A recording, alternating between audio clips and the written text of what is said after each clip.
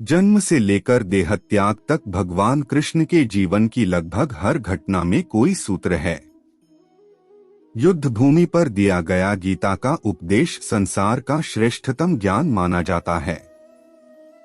Management master कहें या जगत गुरु, गिरधारी कहें या रणछोड़, भगवान कृष्ण के जितने नाम हैं उतनी कहानियां। जीवन जीने के तरीके को अगर किसी ने परिभाषित किया है तो वो कृष्ण हैं। कर्म से होकर परमात्मा तक जाने वाले मार्ग को उन्हीं ने बताया है। संसार से वैराग्य को सिरे से नकारा, कर्म का कोई विकल्प नहीं, ये सिद्ध किया। कृष्ण कहते हैं, मैं हर हाल में आता हूँ, जब पाप और अत्याचार का अंधकार होता है तब भी, जब प्रेम और भक्ति का उजाला होता है तब भी। दोनों ही परिस्थिति में मेरा आना निश्चित है। वैसे तो कृष्ण का संपूर्ण जीवन ही एक प्रबंधन की किताब है, जिसे सैकड़ों हजारों बार कहा सुना जा चुका है।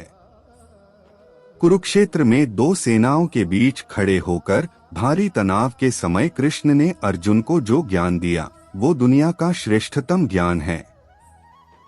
गीता का जन्म युद्ध के मैदान में दो सेनाओं के बीच हुआ। जीवन की श्रेष्ठतम बातें भारी तनाव और दबाव में ही होती हैं। अगर आप दिमाग को शांत और मन को स्थिर रखने की कोशिश करें तो सबसे बुरी परिस्थितियों में भी आप अपने लिए कुछ बहुत बेहतरीन निकाल पाएंगे। ये कृष्ण सिखाते हैं। गीता पढ़ने से पहले अगर इसी बात को समझ लिया जाए तो गीता पढ़ना सफल हुआ। कृष्ण का जीवन ऐसी ही बातों से भरा पड़ा है, जरूरत है नजरिए की। उनका जीवन आपके लिए माइथोलॉजी का एक हिस्सा मात्र भी हो सकता है और आपका पूरा जीवन बदल कर रख देने वाला ज्ञान भी। आवश्यकता हमारी है, हम उनके जीवन से लेना क्या चाहते हैं। कृष्ण मात्र कथाओं में पढ़ा या सुना जाने वाला पात्र नहीं है, वो चरित्र और व्यवहार में उतारे जाने वाले देवता हैं। कृष्ण से सीखें कैसे जीवन को श्रेष्ठ बनाया जाए। 10 बातें हैं जो अगर व्यवहार में उतार ली तो सफलता निश्चित मिलेगी। 1. शुरू से अंत तक जीवन संघर्ष ही है। कारागृह में जन्मे कृष्ण, पैदा होते ही रात में यमुना पार कर गोकुल ले जाया गया। तीसरे दिन पुतना मारने आ गई। यहाँ से शुरू हुआ संघर्ष देह त्यागने से पहले द्वारिका डुबोने तक रहा। कृष्ण का जीवन कहता है, आप कोई भी हो, संसार में आए हैं तो संघर्ष हमेशा रहेगा।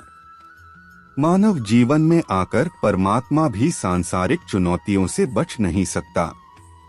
कृष्ण ने कभी किसी बात की शिकायत नहीं की, हर परिस्थिति को जिया और जीता।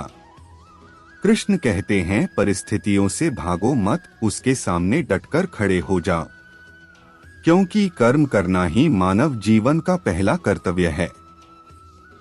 हम कर्मों से ही परेशानियों से जीत सकते हैं। 2. स्वस्थ शरीर से ही विजय है। कृष्ण का बचपन माखन मिश्री खाते हुए गुजरा। आज भी भोग लगाते हैं हम, लेकिन ये संकेत कुछ और है। आहार अच्छा हो, शुद्ध हो, बल देने वाला हो। बचपन में शरीर को अच्छा आहार मिलेगा तो ही इंसान युवा होकर वीर बनेगा। शरीर को स्वस्थ रखना है तो बचपन से ध्यान देने की जरूरत है। ये पेरेंटिंग के दौर से गुजर रहे युवाओं के लिए बड़ा मैसेज है। अपने बच्चों को ऐसा खाना दें जो उनको बल दे। सिर्फ स्वाद के लिए ही ना खिलाएं, तभी वे बड़े होकर स्वयं को और समाज को सही दिशा में ले जा पाएंगे। 3. पढ़ाई किताबी ना हो, रचनात्मक हो। कृष्ण ने अपनी शिक्षा मध्य प्रदेश के उज्जैन में सांदीपनी ऋषि के आश्रम में रहकर पूरी की थी। कहा जाता है 64 दिन में उन्होंने 64 कलाओं का ज्ञान हासिल कर लिया था। वैदिक ज्ञान के अलावा उन्होंने कलाएं सीखीं। शिक्षा ऐसी ही होनी चाहिए जो हमारे व्यक्तित्व का रचनात्मक विकास करे। संगीत, नृत्य, युद्ध सहित 64 कलाओं कृष्ण के व्यक्तित्व का हिस्सा हैं।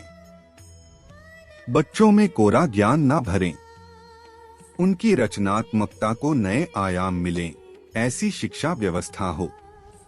4 रिश्तों से ही जीवन है, बिना रिश्तों के कुछ नहीं। कृष्ण ने जीवन भर कभी उन लोगों का साथ नहीं छोड़ा जिनको मन से अपना माना। अर्जुन से वे युवावस्था में मिले, ऐसा महाभारत कहती है, लेकिन अर्जुन से उनका रिश्ता हमेशा मन का रहा। सुदामा हो या उद्धव, कृष्ण ने जिसे अपना मान लिया, उसका साथ जीवन भर दिया। रिश्तों के लिए कृष्ण ने कई लड़ाइयां लड़ी और रिश्तों से ही कई लड़ाइयां जीती। उनका सीधा संदेश है, सांसारिक इंसान की सबसे बड़ी धरोहर रिश्ते ही हैं। अगर किसी के पास रिश्तों का थाती नहीं है, तो वो इंसान संसार के लिए गैर जरूरी है।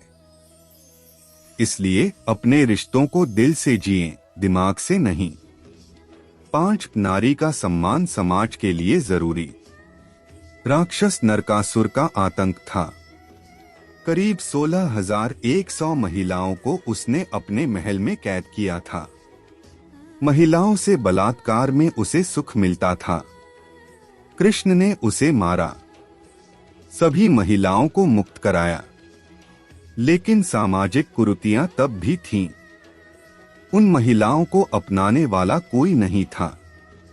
खुद उनके घर वालों ने उन्हें दूषित मानकर त्याग दिया। ऐसे में कृष्ण आगे आए, सभी 16,100 महिलाओं को अपनी पत्नी का दर्जा दिया। समाज में उन्हें सम्मान के साथ रहने के लिए स्थान दिलाया। कृष्ण ने हमेशा नारी को शक्ति बताया, उसके सम्मान के लिए तत्पर रहे। पूरी महाभारत नारी के सम्मान के लिए ही लड़ी गई। आप कृष्ण भक्त हैं तो अपने आसपास की महिलाओं का पूरा सम्मान करें।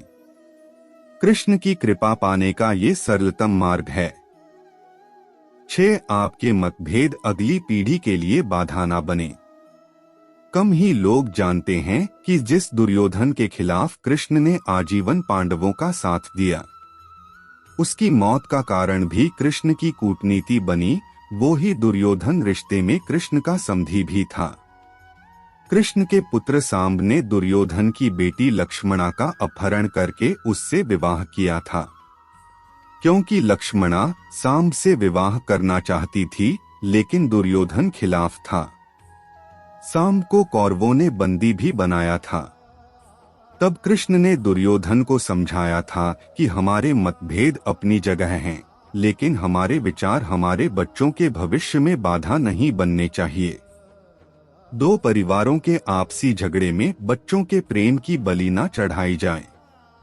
कृष्ण ने लक्ष्मणा को पूरे सम्मान के साथ अपने यहाँ रखा। दुर्योधन से उनका मतभेद हमेशा रहा, लेकिन उन्होंने उसका प्रभाव कभी लक्ष्मणा और सांब की गृहस्थी पर नहीं पड़ने दिया। 7 शांति का मार्ग ही विकास का रास्ता है। कृष्ण ने महाभारत युद्ध के पहले शांति से समझौता करने के लिए पांडवों और कौरवों के बीच मध्यस्थता की। हालांकि दोनों ही पक्ष युद्ध लड़ने के लिए आतुर थे, लेकिन कृष्ण ने हमेशा चाहा कि कैसे भी युद्ध टल जाए। झगड़ों से कभी समस्याओं का समाधान नहीं होता है। शांति के मार्ग पर चलकर ही हम समाज का रचनात्मक विकास कर सकते हैं। कृष्ण ने समाज की शांति से मन की शांति तक दुनिया को ये समझाया कि कोई भी परेशानी तब तक मिट नहीं सकती जब तक वहाँ शांति ना हो, फिर चाहे वो समाज हो या हमारा खुद का मन। शांति से ही सुख मिल सकता है, साधनों से नहीं। 8 हमेशा दूरगामी परिणाम सोचें। महाभारत में जुए की घटना के बाद पांडवों को वनवास हो गया। कृष्ण ने अर्जुन को समझाया कि ये समय भविष्य के लिए तैयारी करने का है। महादेव शिव, देवराज इंद्र और दुर्गा की तपस्या करने को कहा। कृष्ण जानते थे कि दुर्योधन को कितना भी समझाया जाए, वो पांडवों को कभी उनका राज्य नहीं लौटाएगा। तब शक्ति और सामर्थ्य की जरूरत होगी। कर्ण के कुंडल कवच पांडवों की जीत में आड़े आएंगे, ये भी वे जानते थे। उन्होंने हर चीज पर बहुत दूरगामी सोच रखी। कोई भी फैसला तात्कालिक आवेश में नहीं लिया। हर चीज के लिए आने वाली पीढ़ियों तक का सोचा। यही सोच समाज का निर्माण करती है। 9 हर परिस्थिति में मन शांत और दिमाग स्थिर रहे। पांडवों के राजसूय यज्ञ में शिशुपाल कृष्ण को अपशब्द कहता रहा। छोटा भाई था लेकिन मर्यादाएं तोड़ दी। पूरी सभा चकित थी, कुछ क्रोधित भी थे, लेकिन कृष्ण शांत थे, मुस्कुरा रहे थे। शांति दूत बनकर गए तो दुर्योधन ने अपमान किया। कृष्ण शांत रहे। अगर हमारा दिमाग स्थिर है, मन शांत है, तभी हम कोई सही निर्णय ले पाएंगे। आवेश में हमेशा हादसे होते हैं, ये कृष्ण सिखाते हैं। विपरीत परिस्थितियों में भी कभी विचलित नहीं होने का गुण कृष्ण से बेहतर कोई नहीं जानता। 10 लीडर बने, श्रेय लेने की होड़ से बचें। कृष्ण ने दुनिया भर के राजाओं को जीता था। जहां ऐसे राजाओं का राज था जो भ्रष्ट थे, जैसे जरासंध, लेकिन कभी किसी राजा का सिंहासन नहीं छीना। कृष्ण के पूरे जीवन में कभी ऐसा नहीं हुआ कि उन्होंने किसी राजा को मारकर उसका शासन खुद लिया हो। जरासंध को मारकर उसके बेटे को राजा बनाया, जो चरित्र का अच्छा था। सभी जगह ऐसे लोगों को बैठाया जो धर्म को जानते थे। कभी किंग नहीं बने, हमेशा किंगमेकर की भूमिका में रहे। महाभारत युद्ध में भी खुद हथियार नहीं उठाया।